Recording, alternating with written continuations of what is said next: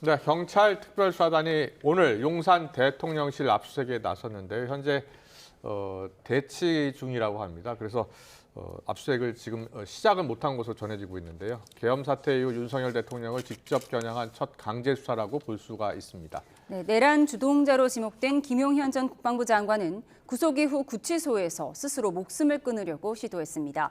비상계엄 사태의 수사 상황 김영수 YTN 기자와 박성배 변호사와 짚어보겠습니다. 두 분 어서 오세요. 안녕하십니까. 그렇죠. 예. 먼저 대통령실 압수수색 상황을 YTN 김영수 기자한테 물어보겠습니다.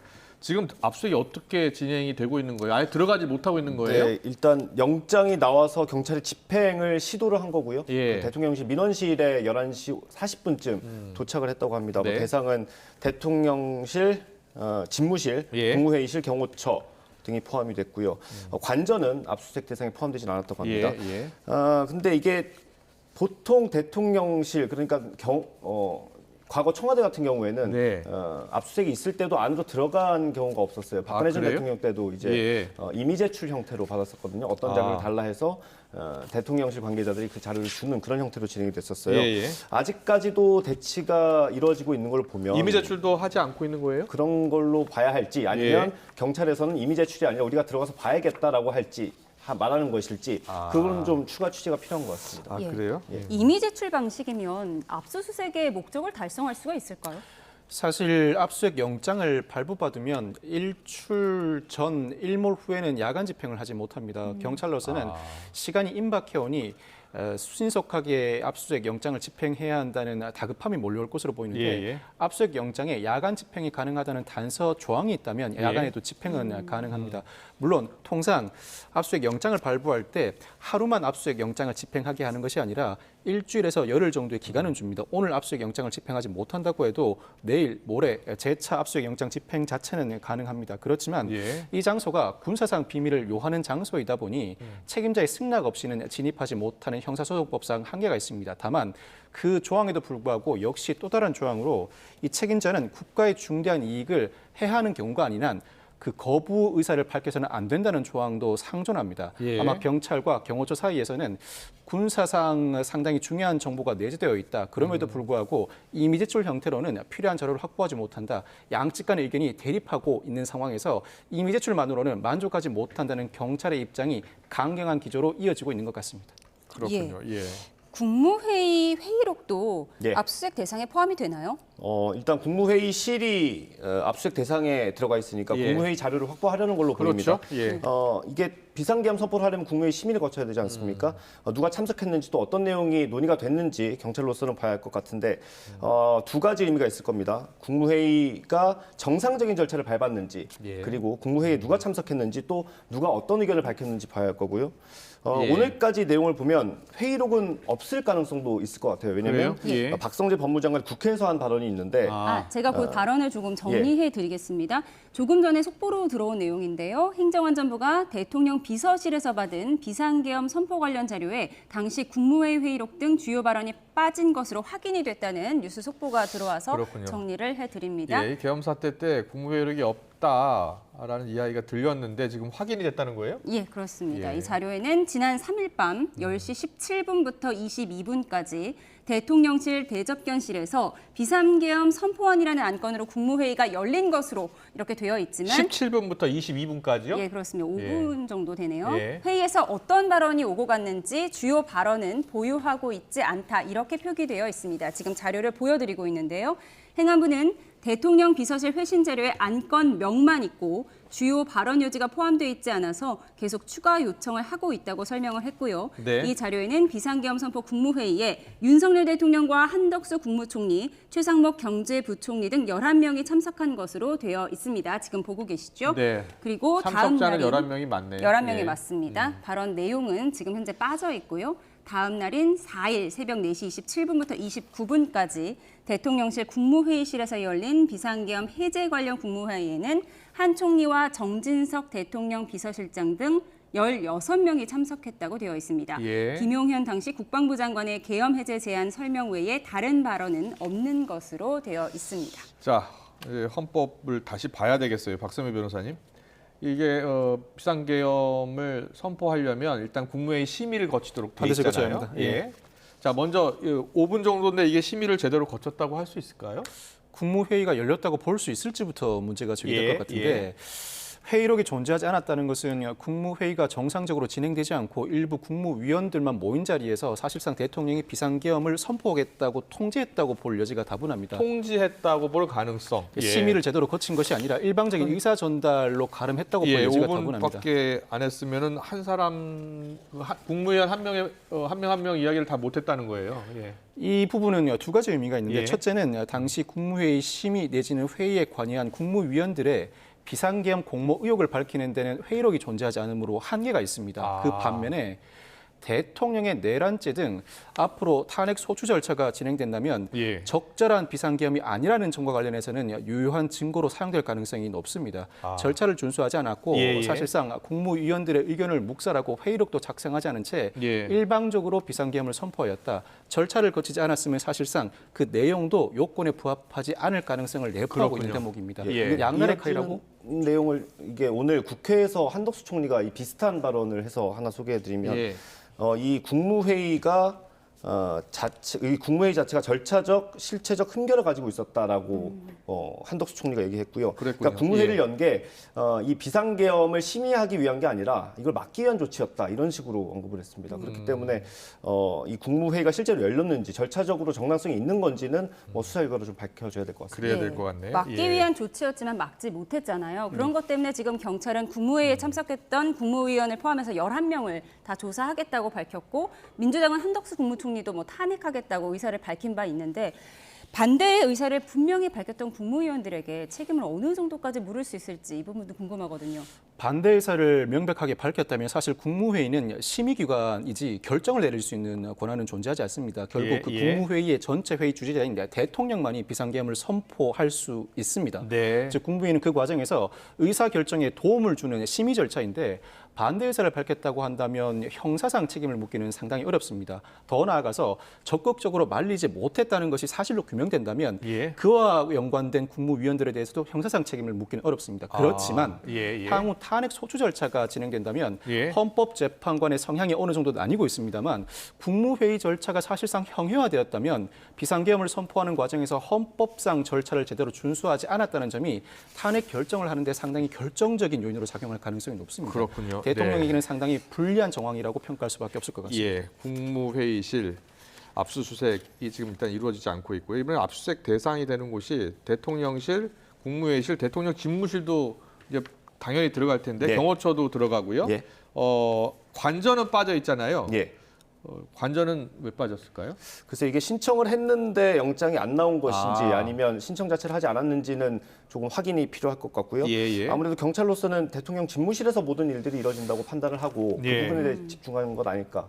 그렇군요. 어떤 자료를 차지를 했던 걸까요? 어떤 자료가 핵심일까요? 일단 말씀드린 대로 국무회의 회의록 그렇죠. 관련 자료들이 있을 거고요. 예. 또 포고령을 누가 썼는지도 좀 관심이잖아요. 포고령이요. 예. 예. 그러니까 이게 사실 방첩사에서 준비했다라는 정황이 계속 나왔었는데 이게 초안을 누가 썼고 누가 고쳤는지 또 중요하지 않겠습니까? 네. 그런 부분 밝혀야 되는데 김용현 전 장관은 검찰 조사에서 본인이 쓰고 대통령이 좀 수정을 해줬다 이렇게 진술한 걸로 알려져 있습니다.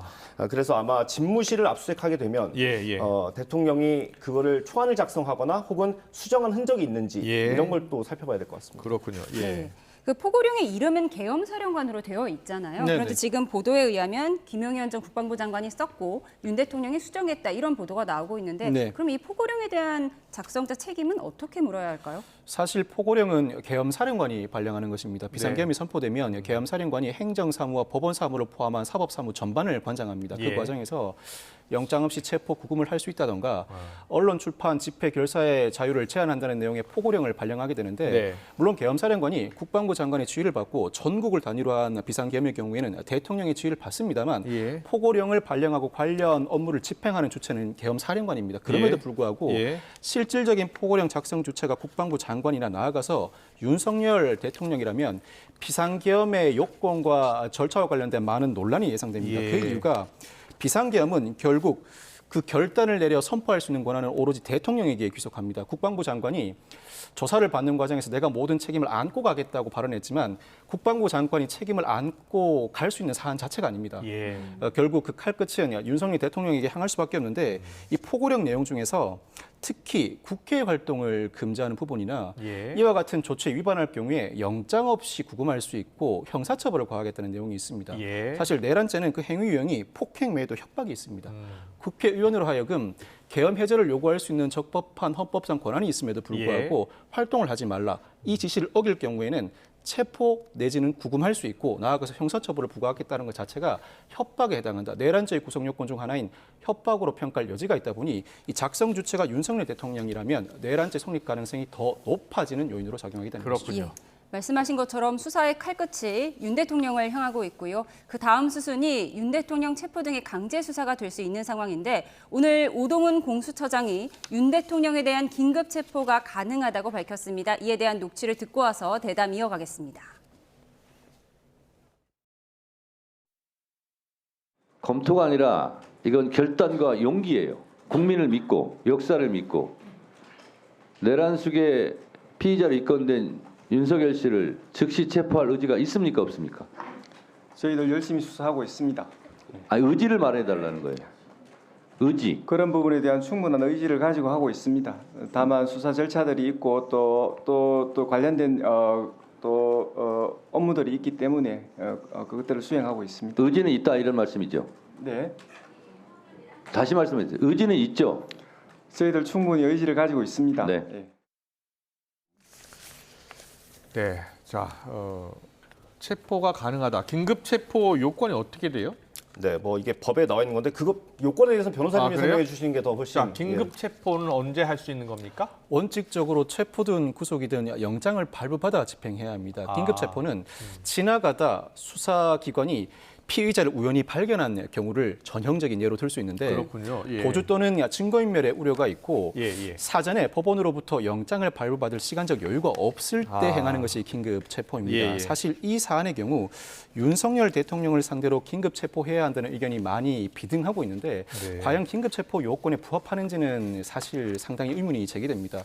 윤석열 대통령은 사실 도주 의사를 전면적으로 밝히고 있지 않고 물론 증거인멸의 우려는 있을 수 있습니다. 예. 그럼에도 불구하고 이 수사기관이 법원으로부터 사전에 체포 영장을 발부받을 수 없는 상황인가, 시간적 여유가 없는가에 대해서는 상당한 의문이 제기됩니다. 그럼 보통 체포 영장을 받을 시간적 여유가 없을 때 이제 그렇죠. 긴급 체포를 하는군요. 일단은 예. 윤석열 대통령에게 소환 조사 통보를 두세 차례 해보고 응하지 않을 때 그때는 긴급 체포 내지는 체포 영장에 의한 체포가 가능할 것으로 보이는데 예. 현실적으로도 경찰 등이 긴급 체포에 나선다고 하더라도 오늘 압수수색 영장도 집행하려고 나선 경찰을 경호처가 막았었습니다. 긴급 체포를 경호처가 순순히 받아들일 가능성이 매우 낮습니다. 예. 그 과정에서 오히려 경찰 경력이 동원되면서 사상 초유의 경찰 경력과 경호처가 충돌하는 모습까지 비화될 가능성이 있어서 무리하게 긴급 체포를 감행할 필요성까지는 없어 보입니다. 그렇군요. 네. 지금 워낙 검찰과 경찰 공수처가 경쟁적으로 수사를 하고 있어서 윤 대통령 신병 확보를 먼저 하는 수사기관이 수사를 주도적으로 해나가지 않을까 이런 분석도 나오거든요.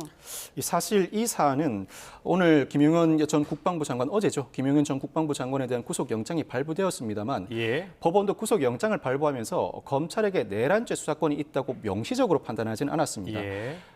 검찰은 수사할 수 있는 범죄 유형이 한정되어 있습니다. 그렇지만 예외적으로 경찰과 공수처 직원의 범죄에 관해서만큼은 그 범죄 유형을 불문하고 모든 범죄를 수사할 수 있습니다. 법원이 구속영장을 발부하면서 이 사안은 경찰의 혐의가 포함되어 있다. 조지호 청장, 김봉식 서울경찰청장이 포함됐군요. 그렇습니다. 예. 그 경찰에 대한 수사권을 전면적으로 행사할 수 있는 검찰이 관련 사건으로서 김영현 전 국방부 장관의 내란죄에 대해서도 수사할 수 있다는 취지의 논리를 설시했습니다. 그렇다면 사실 앞으로도 이와 같은 논란이 제기될 가능성이 있는데 또 영장 전담 판사는 검찰의 내란죄 수사권을 인정했다고 하더라도 정작 본안 판단에서 형사 재판을 담당하는 다른 판사는 다른 판단을 할 가능성도 그럴 있거든요. 수도 있겠네요. 결국은 경찰, 검찰, 공수처 나아가서 군인을 수사할 수 있는 군 검찰이 합동수사본부를 꾸려야 한다고 봅니다. 네. 향후 적절한 수사권을 가지지 못한 수사기관이 피의자 신문을 하는 경우에 증거 능력의 문제나 공소 제기의 적법성 여부를 두고 논란이 일어날 가능성이 많은 있습니다. 법조인들이 합동수사본부가 필요하다라고 한 목소리로 이야기를 하고 있어요. 지금 며칠째 하고 있는데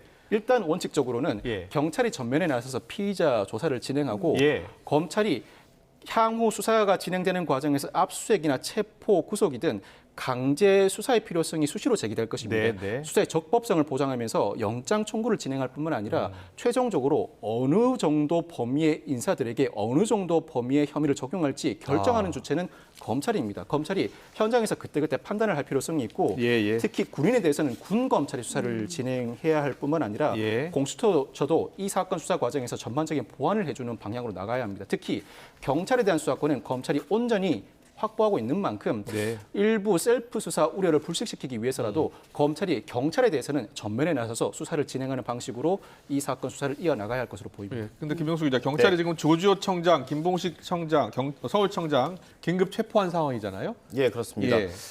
경찰이 지금 검찰 수사에 다가가지 못하는 상황이다 보니까 일단 조지호 경찰청장 그리고 김봉식 서울경찰청장을 어제 조사하고 조사를 마무리한 뒤에 긴급 체포를 했습니다. 예. 그리고 국무위원들에 대해서도 좀 수사의 속도를 내는 모습이고요. 아, 예. 국무위원들에게 이제 소환 통보를 여럿 했습니다. 예, 예. 네. 지금 소환 통보해서 누구를 조사했는지는 밝히지 않고 있죠.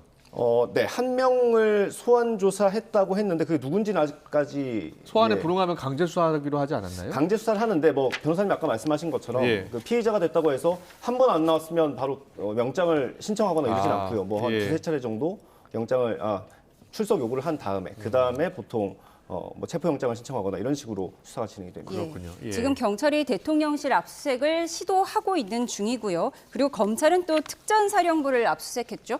예, 그렇습니다. 특전사령부는 검찰이 이제 압수수색을 하고 있는 거예요. 특전사령관 예, 기억하시지 예. 않습니까? 예, 곽 사령관이요. 박정근 그 특전사령관이요? 초창기에 이제 유튜브에 나와서 여러 가지 얘기를 했던 인물인데 예, 예, 예. 특전사령관이 어제 국회에 나와서 또 여러 가지 얘기를 했어요. 네.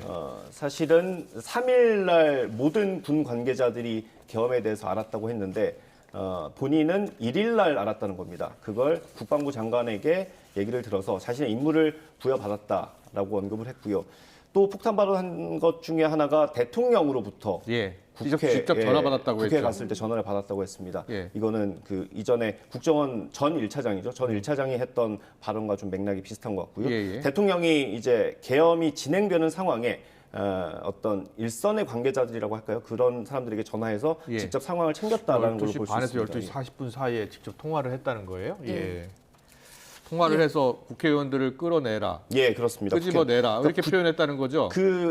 곽 전 사령관의 진술을 100% 믿는다면 예. 대통령이 구체적인 지시까지 했다라고 볼 수 뭐 있을 것 같습니다. 대통령실은 부인하고 있는 상황이고요. 예. 그런가 하면 구속된 김용현 전 국방부 장관이 어젯밤 구치소에서 스스로 목숨을 끊으려고 시도를 했었는데요. 관련 녹취를 먼저 듣고 와서 대담 이어가겠습니다. 김용현 전 국방부 장관이 구속영장 떨어지기 전에 자살을 시도했다는 것이 사실입니까? 네, 네, 아침에 그렇게 보고받았습니다. 좀 더 구체적으로 얘기해 보세요. 어저께 11시 한 52분경에 이제 구인 피의자 거실이라고 따로 있습니다. 영장 발부되기 전에 대기하는 장소인데요. 자살을 시도하는 것을 우리 통제실에서 근무자가 발견하고 바로 출동을 해서 도착을 하고 문을 여니까 바로 시도를 포기하고 나온 사례가 있었습니다.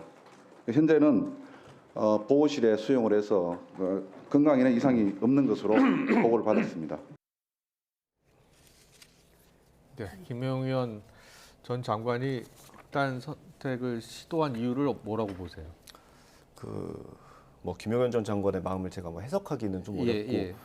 일단 뭐 사실관계는 지금 보신 그대로입니다. 이 정도의 설명이 있었고요. 예. 네, 법무부에서도 관련 설명이 있었는데 예. 일단 뭐 건강에는 이상이 없는 걸로 보이고요. 예, 그렇네요. 검찰 예. 조사는 계속 받을 수 있을 것 같습니다. 변호사님, 그 김용현 전 장관이 극단 선택을 시도했고 야당에서는 지금 공범 신변 보호 조치 필요하다라는 주장도 하고 있고, 예. 어떻게 보셨어요? 예. 극단적 선택을 시도했다는 소식 자체가 상당히 놀라운데 예. 사실 영장 실질 심사에 출석을 했든 출석하지 않았든 예. 영장 발부 여부를 대기하는 과정에서 구인 영장에 따라 일단 구치소에 입감됩니다. 네. 입감되는 과정에서 신체 검사도 받고 각종 물품도 제출하고 예. 입감해 있는 상태에서 영장 발부 여부를 기다리는 동안 피의자는 그동안 살아온 모든 순간이 머리를 스친다고 합니다. 아마 예. 절망감에 휩쓰였던 것 같은데 예. 불과 며칠 사이에 영장 발부 여부를 기다려야 하는 피의자 신분으로 전락했다는 절망감에 예. 모든 책임을 자신이 떠안고 가겠다는 심리, 거기에 또 일각의 주장처럼 이 사건 비상계엄을 성공했어야 하는데 실패했고 더 이상 방법이 없다는 절망감이 더해진 것 아닌가 추정을 해봅니다. 네. 예. 경찰이 압수수색을 진행했는데 김용현 전 장관의 비화폰은 확보하지 못했다고 해요. 그렇습니다. 이 비화폰은 고위 공직자들이 사용하는 폰인데 비밀 대화를 위한 휴대폰입니다. 도청 감청이 안 된다면서요? 도청 감청이 되지 않습니다. 예. 제3자가 도청 감청을 시도한다고 하더라도 예. 대화 당사자 간에는 언제나게 원래 목소리가 들리는데 이 목소리 자체가 디지털 암호화됩니다. 제3자가 도청 감청을 시도한다고 하더라도 이상한 잡음만 들리는 형태가 됩니다. 예. 도청 감청을 시도하지 못하다 보니 고위 공직자들이 주로 사용하는 폰이 비화폰인데 애초에 경찰이 압수수색을 진행하면서 압수수색을 진행할 때는 물품도 특정해야 하지만 압수수색을 할 장소도 특정을 해야 합니다. 네. 아마 이 비화폰이 김용현 전 장관의 공관 집무실 자택에 있지는 않았던 것 같아요. 예. 이 비화폰이 별도 제3의 장소에 있었는데 이 제3의 장소는 압수수색 장소가 아니다 보니 이 비화폰을 사전에 확보하지는 못한 것 같습니다. 네. 자, 윤석열 대통령을 향한 내란죄 수사가 급물살을 타고 있는데요. 소환 조사라든지 직접 수사는 언제쯤 가능할 것으로 보세요? 현재 김용현 전 국방부 장관이 구속된 상황인데 예. 그 바로 다음 윗순위는 윤석열 대통령이라고 예. 봐야 합니다. 그렇지만 곧바로 소환 조사가 이루어질 것인가 그 부분은 예단이 어렵습니다. 아. 김용현 전 국방부 장관이 긴급 체포되고 구속되는 과정이 다소 이른감이 있습니다. 사실은 예. 김용현 전 국방부 장관에 이르기 전에 예. 방첩사령관, 정보사, 특전사 등 시소 주요 지휘관 외에도 현장에 파견된 대원들에 대한 전반적인 조사도 이루어졌어야 합니다. 예. 김용현 전 국방부 장관이 비교적 일찍 구속될 상황입니다만 윤석열 대통령의 혐의를 입증하기 위한 관련 자료를 수집하고 관련자들의 진술을 대대적으로 들을 뿐만 아니라 확보한 압수수색물을 분석하는 과정도 거쳐야 합니다. 제가 보기에는 예. 신속하게 수사가 진행됨을 전제로 할 예. 때는 이번 주 말이나 다음 주 초경에는 비로소 윤석열 대통령을 향해서 소환돼 조사를 받으라는 통지가 이루어질 것 같습니다. 아, 이번 주말 아니면 다음 주 초예요? 네, 알겠습니다. 오늘 말씀 여기까지 듣겠습니다. 지금까지 김영수 YTN 기자 박성배 변호사와 함께했습니다. 잘 들었습니다. 고맙습니다. 감사합니다.